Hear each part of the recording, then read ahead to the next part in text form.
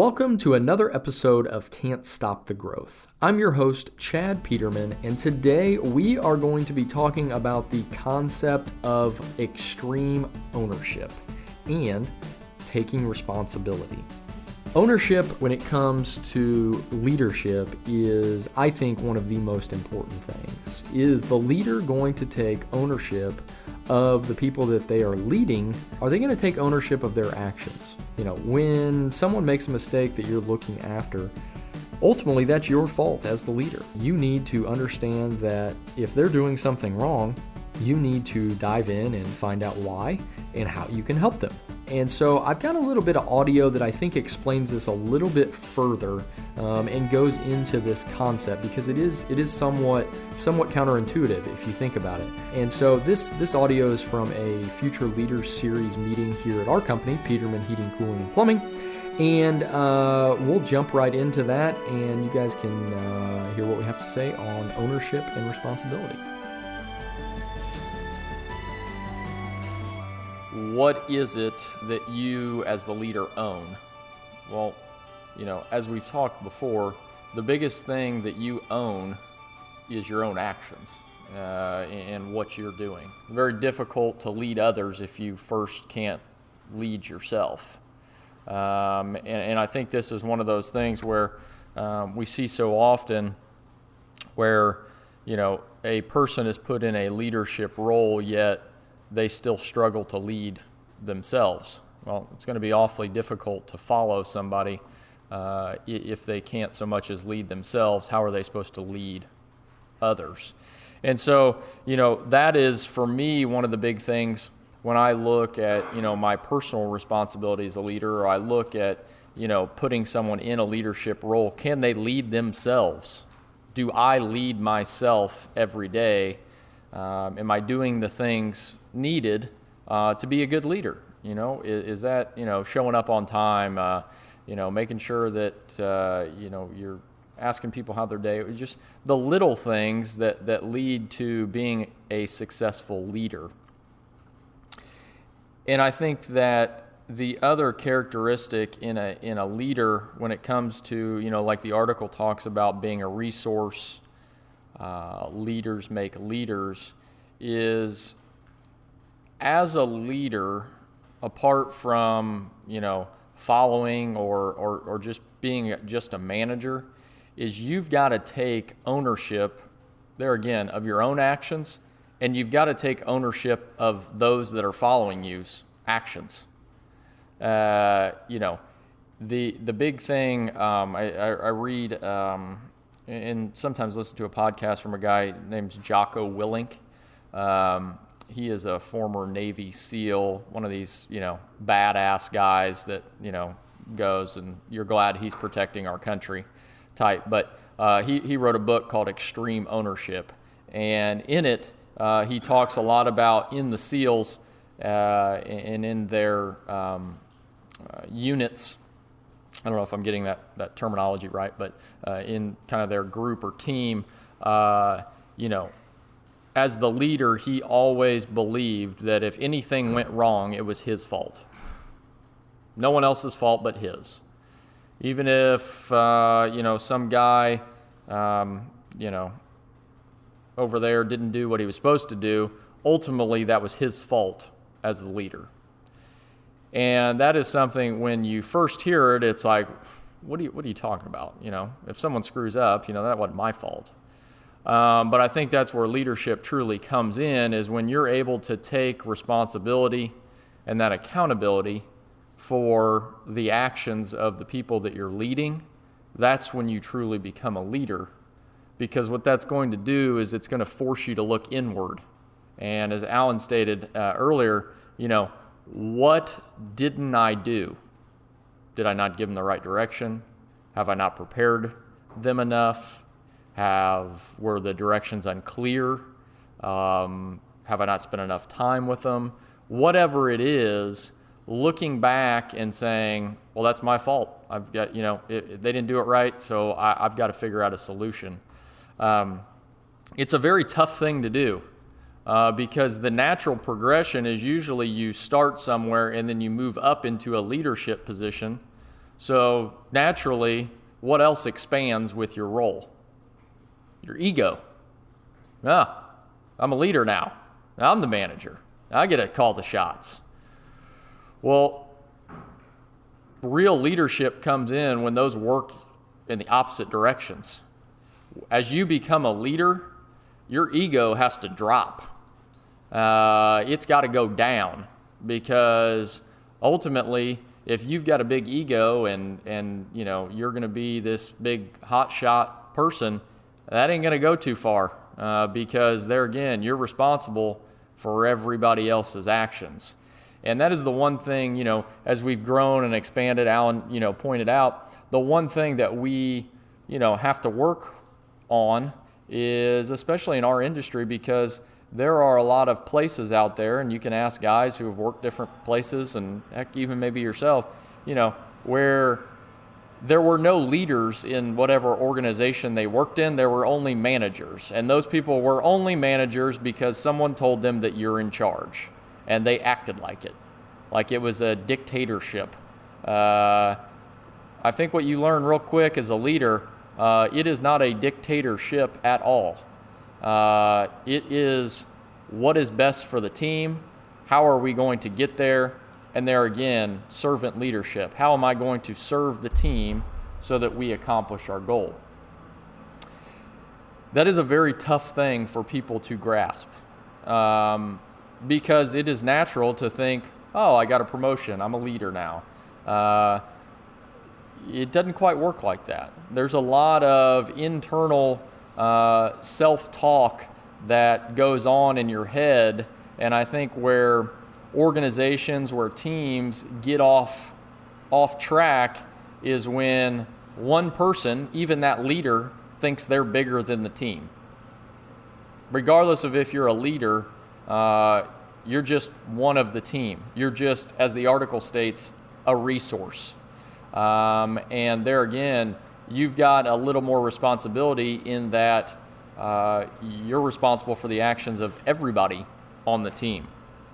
I always look at this as the leader. When you look at like an organizational chart, you've got you've got manager, then all the people that are underneath the manager. I always kind of look at it as the leader is on the same level as everybody else. So just like everybody in this company is on the same level. There again, there's chain of command. Obviously, we've got to have a little bit of that. Someone's got to go to someone else to, just get general operations done. But when it comes to leadership, everybody's on the same level. It just so happens that some people have different sets of skills than other people. Some people are better at things than other people. Well, it's your job to influence everybody that you can that's applicable to. If you're really, really great at answering the phone, well, regardless of if you're the manager or not, it's your job to teach everybody in here that answers the phone how to answer the phone really great. If you're really good at installing furnaces, well, that doesn't make you higher up than anybody else. It just makes you have more responsibility that you've got to teach other people how to do that. And to me, when you can really flatline out an organizational chart and realize that everybody, there's no this person's better than this person or whatever it may be, but you may be put in a situation to where you need to lead others. And I think that is the key, that everybody's a leader. It's just a matter of if you want to help others, makes you more of a leader. So it's really your choice if you want to become a leader. There again, some people say, well, I'm just a technician, just rolling around out here in my van. You don't think you can be a leader? You can't text somebody, you can't call somebody, you can't help out a younger guy, you can't help out the ladies in the office, provide feedback that, helps us answer the phone better or helps in accounting or whatever it may be. Yeah, you can. And the fun part about my job is I get to see that. We've got guys right now all over the place and even gals that are the amount of problems that get solved on a daily basis because it's like, hey, there's a better solution for this. I just went ahead and we're just doing that now. awesome. If it helps, that sounds like a plan to me. I don't have time to, look into that. That if you think that's better, then I trust you. Let's move on. Let's go forward. And there again, that comes back to how much ownership, how much responsibility do you want to take for your own actions? Do you want to step out and really put yourself out there to say, hey, I'm really confident in what I can do, and I think I can help somebody else. I think I can lift somebody else up to a new level. At that point in time, regardless of what your quote-unquote title is, you're a leader. And I think we've all seen here that the more leaders we have, the more people that we have that are willing to step out and help people, the better off everybody is. And like Alan pointed out, that's how we grow. We grow because people want to help people. There was a time when Alan wasn't the field supervisor, but I know for a fact he helped people, a lot of people. They called him all the time. How do I fix this? How do I get this? How's this work? Well, there again, if he wouldn't have been available, we wouldn't have the staff that we have now. But he was. He was a leader. Even though he was a quote-unquote service tech in his own van, didn't come into the office much, he was a leader. And to me, that is what drives things forward. Because you can't have just one leader in an organization. It's going to be very tough, especially as it grows, for them to come in contact and lead everybody. It just doesn't work like that. So that's when you need other people to step up and lead and be that resource for people. The one thing when it comes to, it said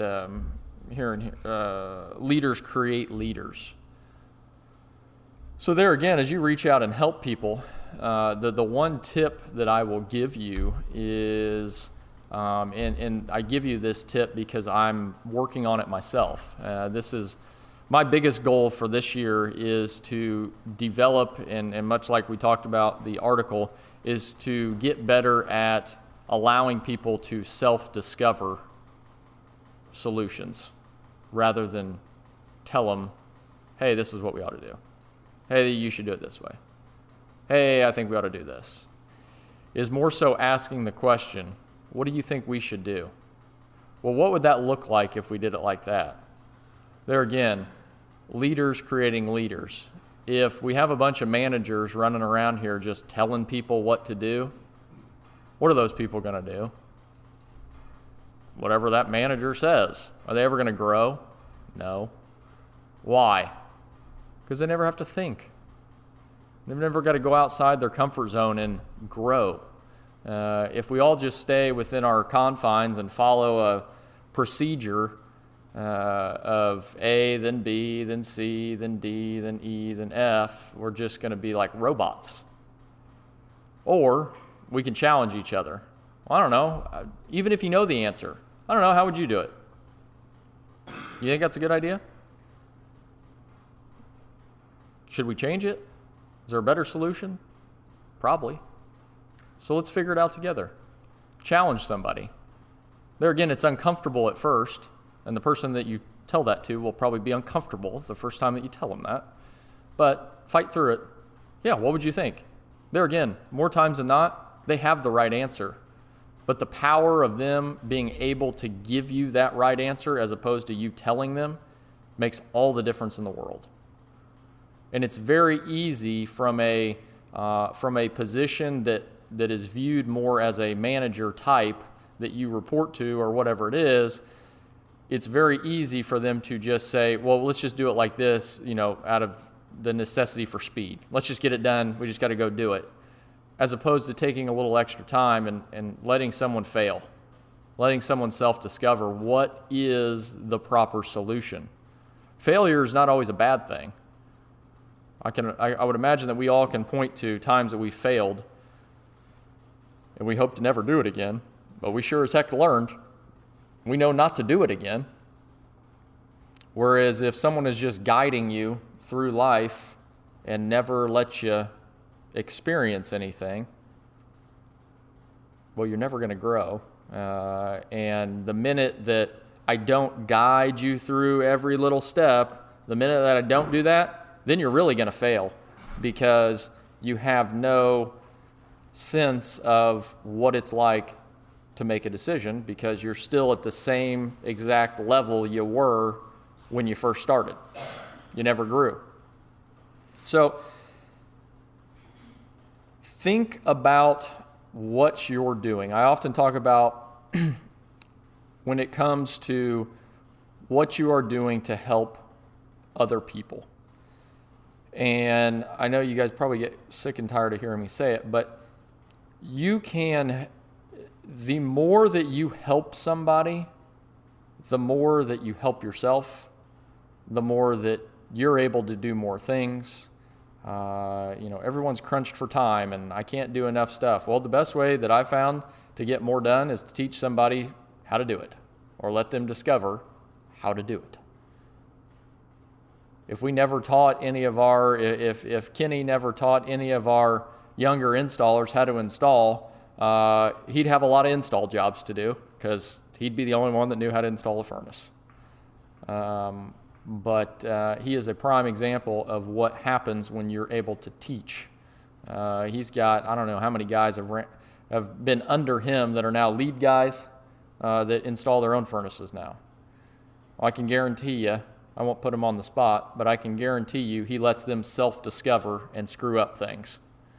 Now, he's right there to make sure that, it's fixed before we leave, but he lets them do it, lets them screw up. You put it in. You figure it out. Let me know what questions you got. There again, he's growing people. He's allowing them to fail. He's empowering them.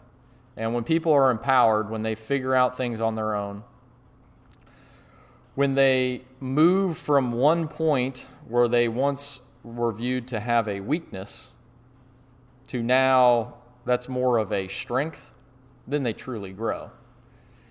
If the people that you are leading, if you uncover at the very beginning that they have a set of skills and their skills are 1 through 8, and we just rely on that person to use their strengths, those 8 strengths that we've identified at the beginning, then they're really never going to grow as a person, unfortunately. Because if we continue to rely on our strengths and never identify our weakness and try to get better at it, you can't really grow as a person. You can try to do more with your strength, but really, in all actuality, does that really make you grow? You increased your capacity, which is cool, but it would be better to work on things that maybe you're not so good at. Maybe if you got better, could you help somebody?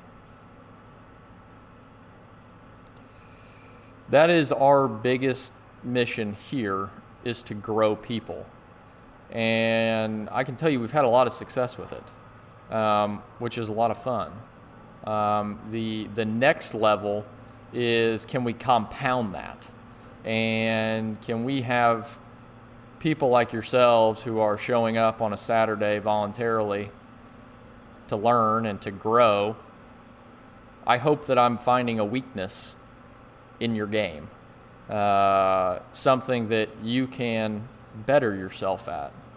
Because ultimately, if you take that and you apply it, we're going to be better. And the better we are, the smoother we run, the more opportunity there is for everybody. And we've seen that firsthand.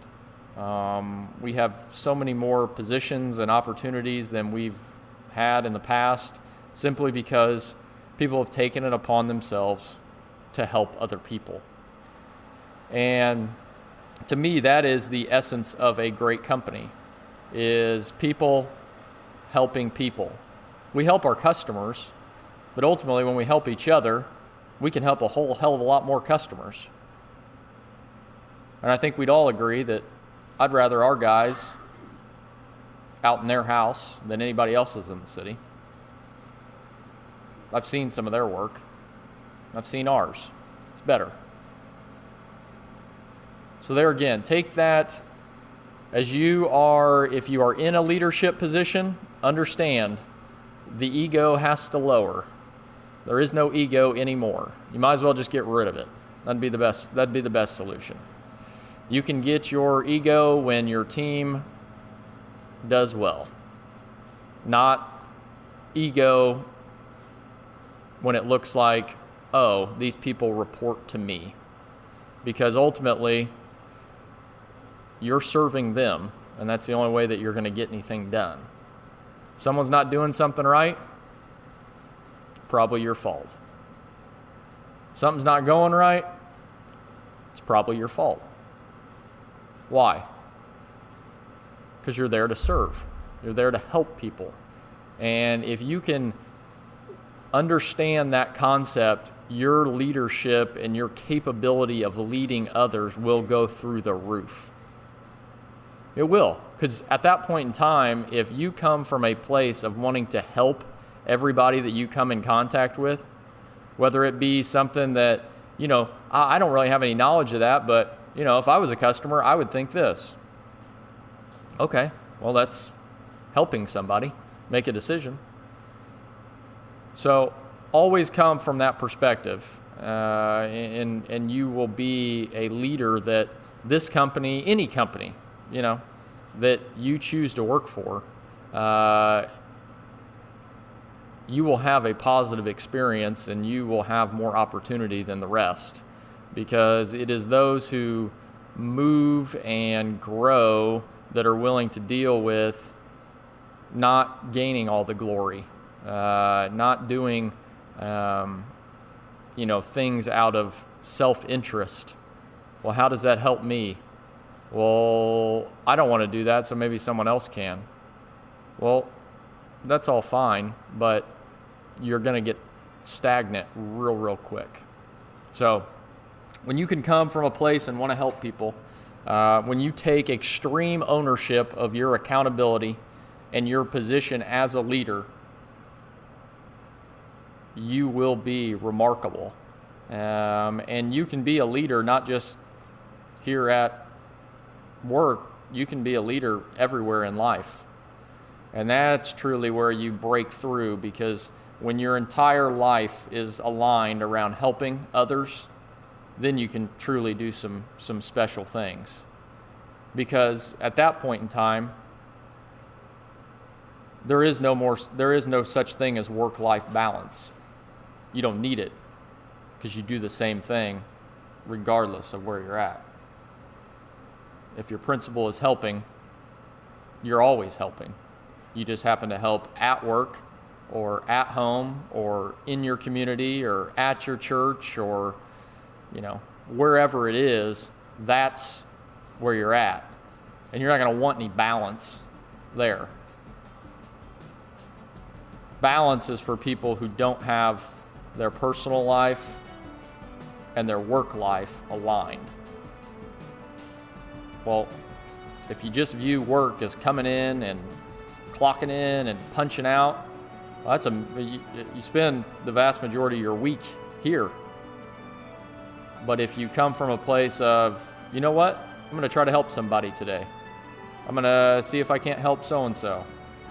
I know they're needing some help. They're struggling a little bit. Can I pick them up? When you do that, that becomes a lot more enjoyable. And if we've all got to go to work, it better be enjoyable. And if it's not, I'm telling you, if you switch your mindset to helping others, it will become enjoyable. You'll get that ego buzz off of seeing somebody else succeed because you helped them. Because they didn't know a day ago, but they now know today. And they're better off for it. And they're hopefully going to return the favor and go help somebody else with whatever it is their skill set is.